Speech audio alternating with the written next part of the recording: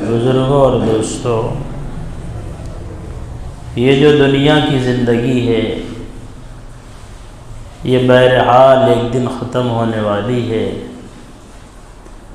میرے اور آپ سے پہلے بھی اس دنیا میں بہت سارے لوگ آئے تھے، اس ٹاکلی میں، اس بستی میں بھی بہت سارے لوگ آئے، لیکن وہ دنیا سے چلے گئے۔ اس کرسی پر بیٹھ کر بیان کرنے والے جو کسی زمانے میں بیان کرتے تھے، اللہ کا پیغام پہنچاتے تھے، آج وہ اپنی قبروں میں ہیں، اور جو ان بیانات کو سنتے تھے وہ بھی آج قبروں میں ہیں۔ ایک دن میرا اور آپ کا بھی ایسا آئے گا کہ ہم بھی اس دنیا سے چلے جائیں گے، کیونکہ اس دنیا میں کوئی ہمیشہ رہنے کے لیے آیا ہے اور نہ کوئی اس دنیا میں ہمیشہ رہے گا۔ میرے آپ کے بنانے والے رب نے یہ کہا ہے، تبارک الذی بیدہ الملک وہو علی کل شیء قدیر الذی خلق الموت والحیات۔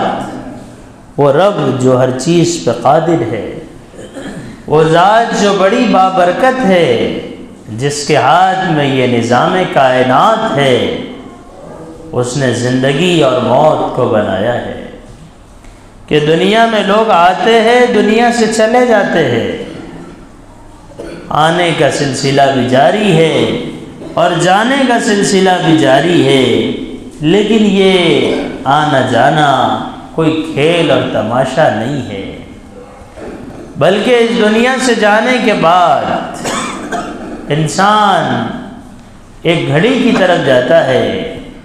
اس دنیا سے جانے کے بعد انسان آخرت کی طرف جاتا ہے، اور یہ جینا اور مرنا اللہ نے کیوں رکھا ہے؟ اللہ ہی اس کو قرآن میں فرماتے ہیں، لِيَبْلُوَكُمْ أَيُّكُمْ أَحْسَنُ عَمَلًا۔ میں یہ دیکھنا چاہتا ہوں کہ تم میں اچھا عمل کر کے کون آتا ہے۔ یہ جینا اور مرنا اس لیے ہے تاکہ یہ چیک کیا جائے کہ کون دنیا میں اچھا کرتا ہے اور کون دنیا میں برا کرتا ہے۔ فرمایا لِكُلِّ أُمَّةٍ أَجَلٌ، ہر ایک کی ایک مدت طے ہے، ہر ایک کا موت کا دن طے ہے۔ لا يستأخرون ساعة ولا يستقدمون، جب وہ موت کی گھڑی آئے گی تو نہ ایک لمحہ پہلے آئے گی نہ ایک لمحہ بعد میں آئے گی۔ ایک دن طے، ایک جگہ بھی طے، ایک ٹھکانہ بھی طے۔ ابھی میں اور آپ قبر پر مٹی ڈالتے ہیں تو کیا کہتے ہیں؟ قبر پر جب 3 مٹھیاں ڈالی جاتی ہے تو ہم کہتے ہیں منہا خلقناکم، اسی سے تمہیں پیدا کیا گیا ہے۔ منہا خلقناکم وفیہا نعیدکم، اور اسی میں تمہیں لوٹایا جائے گا۔ ومنہا نخرجکم تارۃ اخری، اور اسی مٹی سے تمہیں دوبارہ زندہ کیا جائے گا۔ میرے عزیزو، ہر دن یہ سوچتے رہا کرو کہ یہ میرے زندگی کا آخری دن ہے۔ میرے آپ کے آقا کالی کملی والے غنبد خضرا کے مقی محمد الرسول اللہ صلی اللہ علیہ وسلم فرماتے، میں ایک سلام پھیرتا ہوں تو مجھے اس کی بھی امید نہیں ہے کہ دوسرا پھیر دوں گا۔ حالانکہ آقا علیہ السلام کی موت میرے آپ کے موت کی طرح نہیں ہے کہ میرے آپ کے بعد جب فرشتہ آئے گا تو بس لے جائے گا، لیکن وہاں تو موت کا عالم یہ ہے کہ جب میرے آپ کی آقا دنیا سے تشریف لے جانے والے ہیں تو فرشتہ دروازے پہ کھڑا ہے، حضرت جبرائیل ساتھ میں ہے، اور فرشتہ یہ کہتا ہے کہ مجھے اندر آنے کی اجازت ہے۔ فرشتہ اجازت لے کے آ رہا ہے، پھر بھی وہ نبی یہ کہتے ہیں کہ ایک سلام پھیرتا ہوں تو دوسرے کا بھروسہ نہیں ہے، لیکن آج ہماری زندگیاں ایسی گزر رہی ہے جیسے ہمیں مرنا ہی نہیں ہے۔ آج ہم دنیا میں ایسے جی رہے ہیں جیسے ہمیں مرنے کا خیال ہی نہیں ہے، حالانکہ فرشتے کو آپ نے بلایا، آئیے اندر، کہا میں ملک الموت ہوں، لیکن اللہ نے جب آپ کے پاس بھیجا ہے تو اللہ نے یہ کہا ہے کہ ان سے پوچھ لینا، اگر وہ آنا چاہے تو لے آنا اور اگر رکنا چاہے تو چھوڑ دینا، لیکن انہیں اس کی خبر دینا، عیش ما شیتا فإنک میت، دنیا میں کتنا ہی زندہ رہو ایک دن تمہیں بھی موت آنے والی ہے، کہ اس دنیا میں موت سے کسی کو مفر نہیں، موت سے کوئی بچا نہیں اور نہ کوئی بچے گا۔ علی رضی اللہ تعالی عنہ فرماتے ہیں الموت لیس منہ الفوت، کہ موت سے آج تک کوئی نہیں بچا اور نہ کوئی موت سے بچنے والا ہے، لیکن یہ موت کیا ہے؟ موت انسان کو اپنے اللہ سے ملاتی ہے۔ یہ موت کیا ہے؟ یہ موت انسان کو اپنے گھر سے جدا کر دیتی ہے۔ انا الموت الذی افرق بین البنات والاخوات، موت کہتی ہے کہ میں وہ موت ہوں جو لڑکیوں کے درمیان اور بہنوں کے درمیان جدائیگی کر دیتی ہوں۔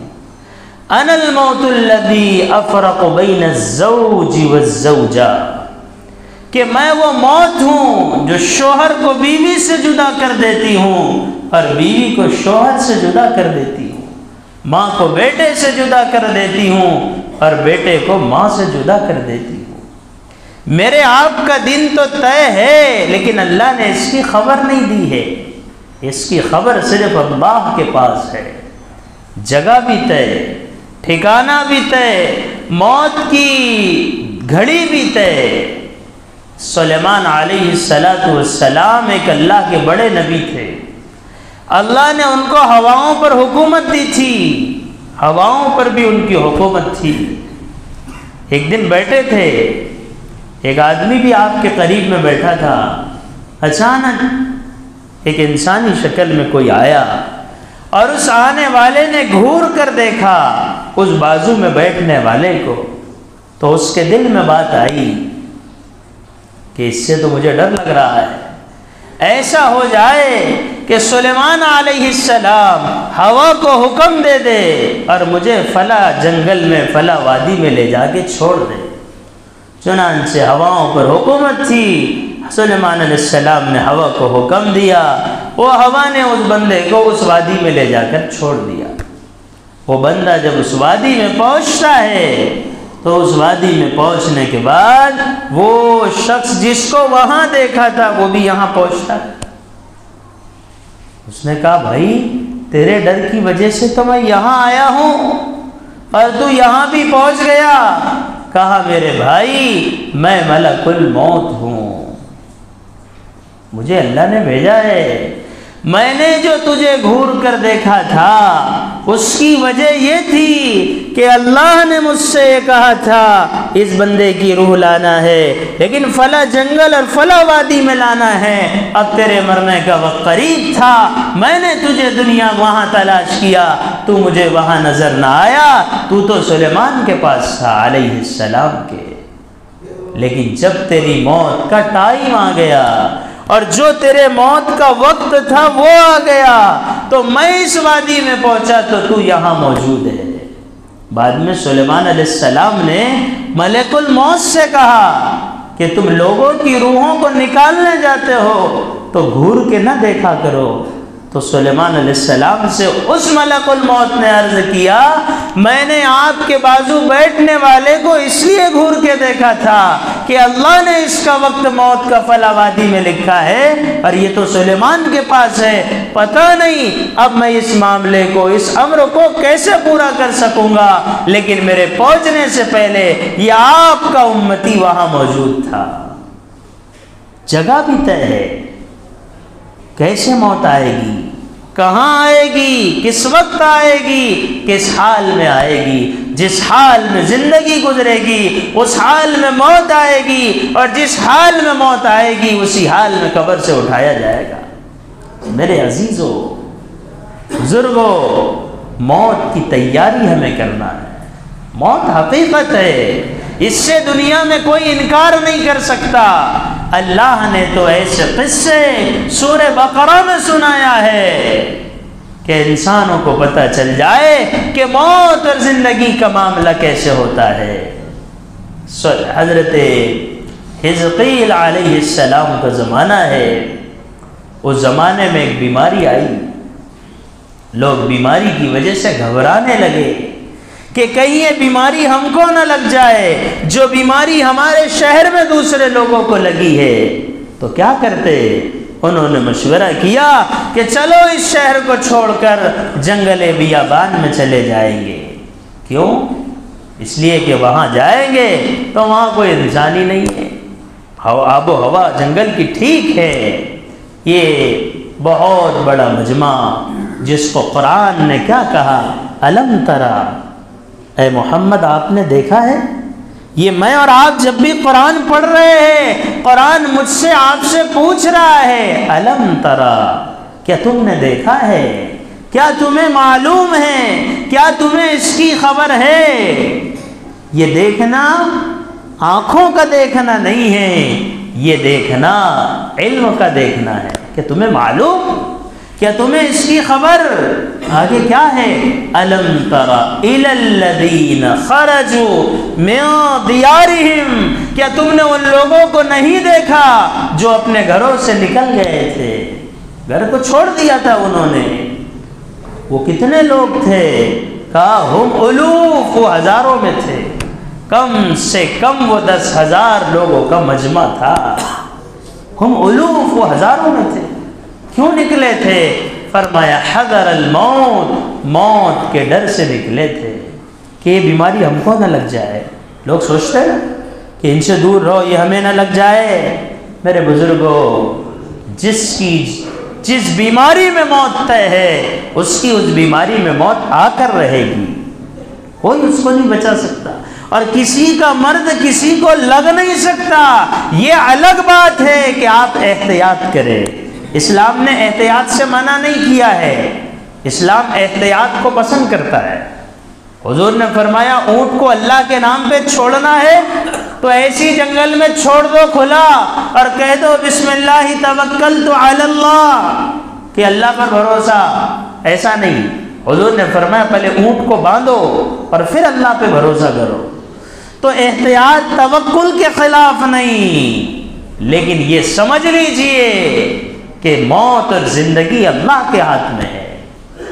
کتنے ایسے لوگ ہیں کہ ایک کو چیچک ہو گئی تو سب کو چیچک ہو رہی ہے، ایک کو کاجنیاں نکل گئے تو گھر میں سب کو نکل رہے ہیں، لیکن جو ماں سب کو کھانا کھلا رہی ہے وہ محفوظ ہے۔ میرے استاد دارالعلوم دیوبند کے شیخ الحدیث مفتی سعید احمد صاحب پالن پوری رحمت اللہ علیہ فرماتے تھے کہ ہمارے گھر میں ایک بیماری آئی، سب کو آئی وہ، لیکن جو بہن ہمیں کھانا کھلا رہی، بار بار ہماری خدمت کر رہی ہے، وہ اس بیماری سے محفوظ رہی۔ یہ اللہ کی قدرت ہے، یہ بتانے کے لیے کہ بیماری ایک دوسرے کو منتقل نہیں ہو سکتی اللہ کے فیصلے کے بغیر۔ لیکن احتیاط اچھی چیز ہے، احتیاط کرنا چاہیے، شریعت نے اس کو پسند کیا ہے۔ اب یہ وہاں پہنچے، اپنے ٹھکانے بنائے، اپنی چھوٹی موٹی جھوپڑیاں کھوپڑیاں بنائی اور وہاں پہ رہنے لگے۔ اب بتائیے 10,000 لوگ کتنے زیادہ ہوتے ہیں؟ کم سے کم 10 رہنے لگے۔ لیکن اللہ مجھے آپ کو کچھ دکھانا چاہتا ہے، اللہ مجھے آپ کو کچھ سمجھانا چاہتا ہے۔ برس پرانے قصے کو اللہ نے سورہ بقرہ میں قرآن عظیم میں نقل فرمایا ہے، یہ بتانے کے لیے کہ اے انسانوں، زندگی اور موت کا مالک اللہ ہے۔ اچانک آسمان سے ایک فرشتہ زمین پہ آتا ہے، اور وہ فرشتے نے زمین پر آ کر ایک آواز لگائی، موتو موتو، کہ تم سب مر جاؤ۔ اب وہ آواز ایسی آواز تھی کہ اس آواز کے سنتے ہی سارے کے سارے لوگوں پر موت طاری ہو گئی۔ یہ 10,000 کا مجمع سب کا سب مر گیا۔ اللہ کسی کو موت دینا چاہے تو اس کے لیے اللہ بیماری کے محتاج نہیں ہے۔ اللہ اگر کسی کو موت دینا چاہے اللہ اس کے لیے ایکسیڈنٹ کے محتاج نہیں ہے۔ بس یہ آواز سنی انہوں نے کہ سب کے سب گر گئے اور سب کے سب پر موت طاری ہو گئی۔ پتہ چلا ان لوگوں کو جو شہر میں رہنے والے تھے، انہوں نے سوچا کہ وہ لوگ جو ہم سے بھاگے تھے وہ تو سب مر گئے ایک ساتھ، چلے لوگ دیکھنے کے لیے۔ وہاں پہنچے تو انہوں نے کہا اتنے سارے لوگوں کو غسل دینا اور اتنے سارے مجمع کو کفن دینا یہ تو ایک ناممکن چیز ہے، تو مشکل ہے، اب ہم کیا کریں؟ ہم تو ان کو کفن اور غسل کہاں دیں گے؟ یہ تو وہ لوگ ہیں جنہوں نے ہمیں چھوڑا ہے، چھوڑ دو انہی کے حال پر، بس ان کے ارد گرد ایک دائرہ کھینچ لو، جیسے آپ لوگ بیٹھے آخری سے ایک لائن ایسی گھما دو گول کہ لوگ اندر آ جائے اور دائرہ باہر ہو جائے، ایسا انہوں نے کر دیا۔ اب جب وہ ایسی حال میں پڑے رہے تو ان کے گوشت پوشت ہڈیاں سب جل گئی، یعنی سب ختم ہو گئی۔ جلنے کا مطلب سب ختم ہو گئی دھیرے دھیرے، بس ہڈیوں کے تھوڑے سے نشانات تھے۔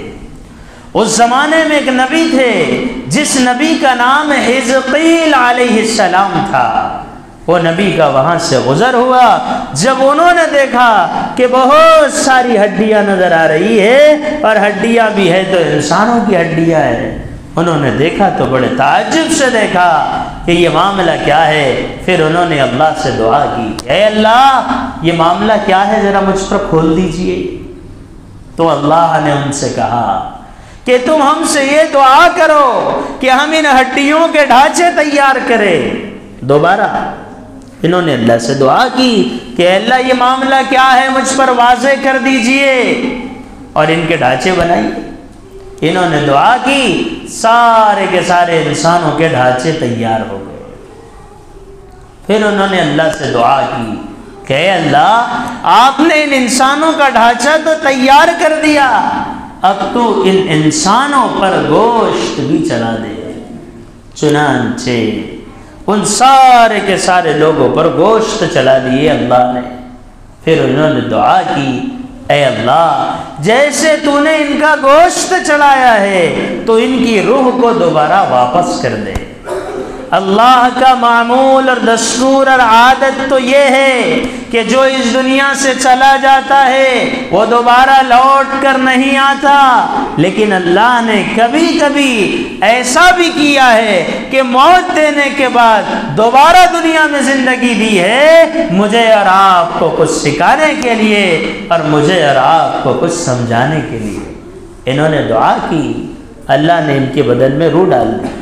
جب روح ان کی واپس آ گئی، قرآن کہتا ہے یہ قصہ کوئی عام کتابوں کا قصہ نہیں ہے، یہ اللہ کے قرآن کا قصہ ہے۔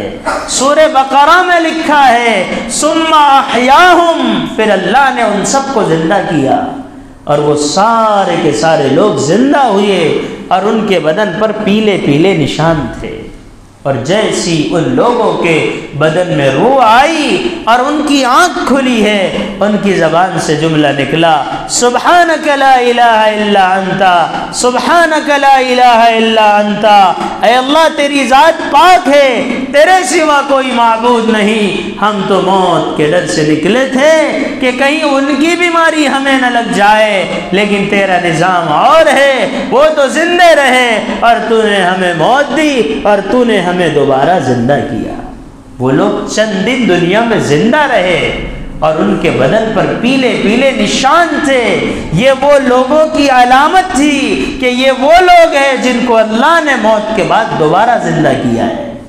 لیکن یہ واقعے کو اللہ نے حزقیل علیہ السلام کے زمانے کا واقعہ مجھے اور آپ کو اللہ قرآن میں سنا رہے ہیں۔ الم ترا، کیا تمہیں معلوم، کیا تم نے دیکھا، کیا تمہیں خبر، کیا بتانے کے لیے؟ اے انسان، موت تیرے اللہ کے ہاتھ میں ہے، اور موت کے بعد جیسے ان کو دوبارہ زندہ کر کے دنیا میں بھیجا ہے، ایسی ہم تمہیں موت کے بعد دوبارہ زندہ کریں گے، لیکن تمہیں دنیا میں جانے کا موقع نہ ملے گا۔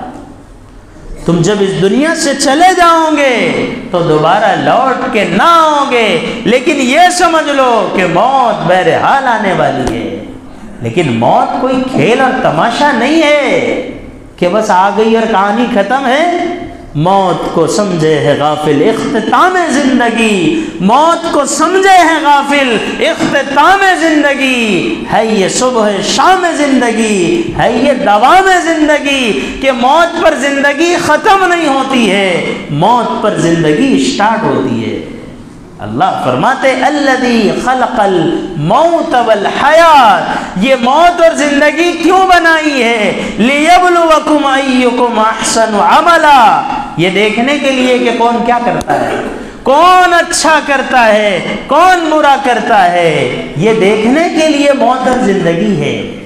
لیکن یہ سمجھ لیجئے کہ موت آنے والی کب ہے، اس کا علم صرف اللہ کے پاس ہے، اس کا علم میرے آپ کے پاس نہیں ہے۔ ایک بہت بڑے بزرگ گزرے، اتنے بڑے بزرگ تھے کہ روزانہ رسول اللہ صلی اللہ علیہ وسلم کی خواب میں زیارت کرتے تھے روزانہ۔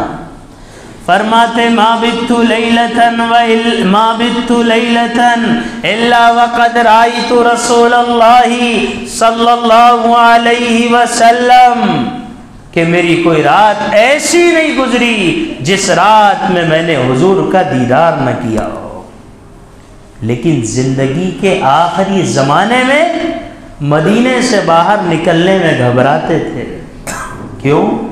کہ ایسا نہ ہو کہ مدینے سے باہر نکل گئے اور وہی موت آ گئی تو مدینے میں دفن ہونے کی فضیلت سے محروم ہو جاؤں گا۔ کہ مدینے میں دفن ہو جانا اور مدینے میں انتقال ہو جانا ایک فضیلت کی چیز ہے۔ حضرت عمر دعا کرتے تھے اے اللہ مجھے تیرے راستے کی شہادت عطا فرما اور میری قبر کو مدینے میں بنا دے۔ تو لوگوں کو تعجب ہوتا تھا کہ یہ بھی عجیب آدمی دعا عجیب کرتے ہیں کہ شہادت بھی مانگتے ہیں اور مدینے کی موت بھی مانگتے ہیں۔ ارے دونوں میں سے ایک ہی ہوگا۔ اگر مدینے میں موت آئے گی تو شہادت نہیں ہوگی، اور شہادت ہوگی تو مدینے میں کیسے ہوگی؟ وہ تو اللہ کے راستے میں نکل کر ہوگی۔ لیکن جب انسان دعا کرتا ہے تو دعا ناممکن کو ممکن بنا دیتی ہے۔ آج مسلمان دعا کی طاقت کو پہچانتا نہیں ہے کہ دعاؤں میں کتنی طاقت ہے، دعاؤں میں کتنی جان ہے، لیکن دعا قبول کیوں نہیں ہوتی؟ اس لیے قبول نہیں ہوتی ہے کہ ہم ان راہوں سے ہٹ گئے ہیں جن راہوں پہ چلنے کا ہمیں ہمارے نبی نے حکم دیا ہے۔ ہمارے نبی نے فرمایا تم امر بالمعروف اور نہی عن المنکر کرتے رہو، اچھائیوں کی دعوت دو، برائیوں سے روکو۔ جب تم یہ کام کرو گے اللہ کی مدد آئے گی، اور جب تم اچھائیوں کی دعوت دینا چھوڑ دو گے اور برائیوں سے روکنا چھوڑ دو گے تو ہم تم پر ظالم بادشاہ کو مسلط کر دیں گے۔ یہ کس نے کہا ہے؟ یہ کوئی میڈیکل کالج سے آفر نہیں آیا ہے، یہ کسی اسکول اور کالج کا جاری کیا ہوا فرمان نہیں ہے، یہ کسی اخبار اور ناول کی کہانی نہیں ہے۔ یہ جناب محمد الرسول اللہ صلی اللہ تعالی علیہ وسلم نے فرمایا ہے جب میری امت اچھائیوں کی دعوت دینا چھوڑ دے گی اور برائیوں سے روکنا چھوڑ دے گی تو نتیجہ کیا ہوگا؟ ان پر ظالم بادشاہ مسلط ہو جائے گا، اور کیا ہوگا؟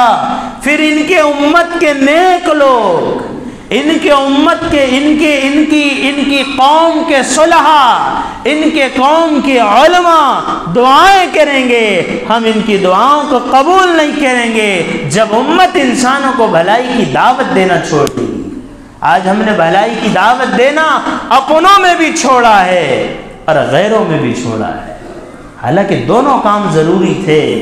اگر ہم اغیار کو اسلام کی دعوت دیتے اور مسلمان کو ایمان کی دعوت دیتے تو پھر اللہ کی غیبی مدد ساتھ میں ہوتی۔ تو دعا میں بڑی طاقت ہے۔ بات دوسری طرف چلے جائے گی۔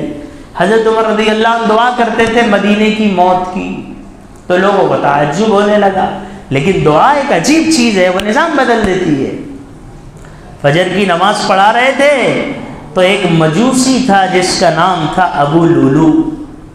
حضرت عمر سے شیطان ڈرتا تھا، وہ جس راستے سے گزر جاتے تھے، بخاری کی روایت میں ہے، اس راستے میں شیطان نہیں جاتا تھا۔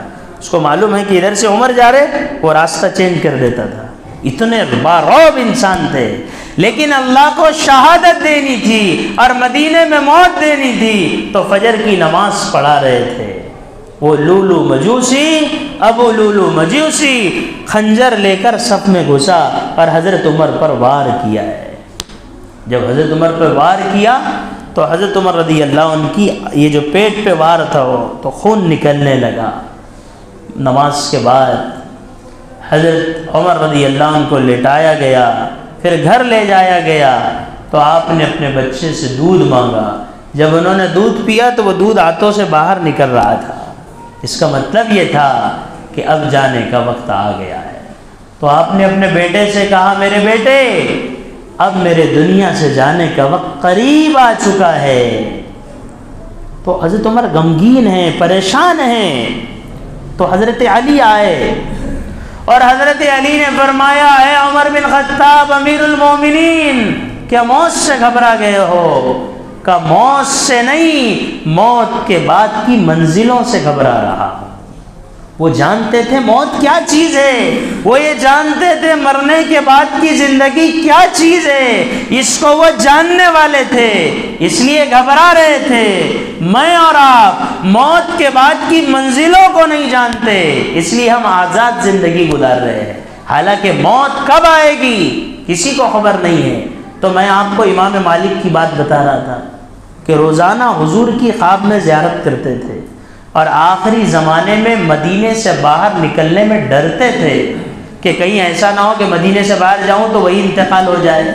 تو ان کو حضور کی زیارت ہوتی تھی روزانہ، کیونکہ جو سنت کا اہتمام کرتا ہے، جو جس کا عاشق ہوتا ہے، وہ اسی کو خواب میں دیکھتا ہے۔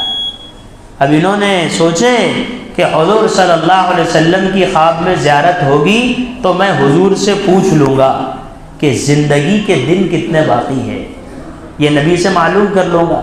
تو جب سوئے لیٹے، آقا علیہ الصلاۃ والسلام کی خواب میں زیارت ہوئی تو انہوں نے حضور سے پوچھا، اے اللہ کے رسول میرے زندگی کے دن کتنے باقی ہیں؟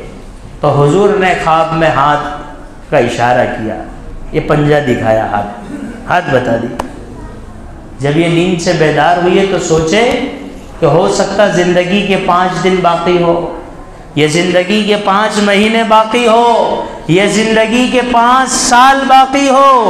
اس زمانے میں مدینے میں ایک دوسرے بزرگ رہتے تھے جن کا نام تھا علامہ ابن سیرین رحمۃ اللہ علیہ۔ یہ خوابوں کے بڑے ماہر تھے، کیونکہ خواب بھی ایک حقیقت ہوتا ہے، لیکن اس میں ٹائم کا بھی اعتبار ہے۔ رات کے وقت کا، تہجد کا خواب ایک حقیقت پر محمول ہے۔ کسی نے خواب میں کتے کو دیکھا تو یہ علامت ہے اس بات کی، تعبیر ہے اس کی کہ کوئی اس کا دوست ہے، بظاہر دوستی کا لباس ہے لیکن اندر سے دشمن ہے۔ کسی نے دیکھا خواب میں مرنے والے کو جس کا انتقال ہو گیا، اور مرنے والا کہتا ہے کہ مجھے پانی دو، کپڑے دو، کوئی چیز مانگ رہا ہے، تو اس کی تعبیر یہ ہے کہ وہ یہ چاہتا ہے کہ میرے لیے کچھ ایصال ثواب کرو۔ کسی نے خواب میں دودھ کو دیکھا کہ وہ دودھ پی رہا ہے، تو اس کی تعبیر یہ ہے کہ اللہ تعالیٰ اس کو علم دیں گے۔ تو خواب کی حقیقت ہوتی ہے، ایسا نہیں کہ خواب بے حقیقت ہوتا ہے۔ اب ٹائم بھی زیادہ ہو گیا ہے، یعنی 1:30 سے اوپر ہوگا۔ اس کے آگے کا جو بیان ہے کہ یہ 5 چیزیں کیا ہے، یہ ہاتھ کے اشارے کا کیا مطلب ہے، یہ اس کے آگے کی جو بات ہے وہ انشاءاللہ آئندہ جمعہ میں 1 بجے سے شروع ہوگی۔ اب یہ باتوں کو وہی سنے گا جو 1 بجے آئے گا۔ اب 1 منٹ چاہیے۔ یہ میرے پورے بیان کا جو خلاصہ ہے ابھی تک وہ یہ تھا کہ میرے بھائیوں، موت آنے والی ہے، لیکن آئے گی کب اس کا بھروسہ نہیں ہے، اس لیے موت سے پہلے موت کی تیاری کیجیے۔ آپ جتنے یہاں پر بیٹھے آج اپنے دل میں اللہ سے توبہ کیجئے، اور آج کے جمعے سے یہ طے کیجئے کہ آج کے جمعہ سے لے کر میں انشاءاللہ جب تک زندہ رہوں گا موت کی تیاری کے ساتھ زندگی گزاروں گا۔ سب کریں گے اہتمام انشاءاللہ۔ اللہ مجھے آپ کو عمل کی توفیق عطا فرمائے۔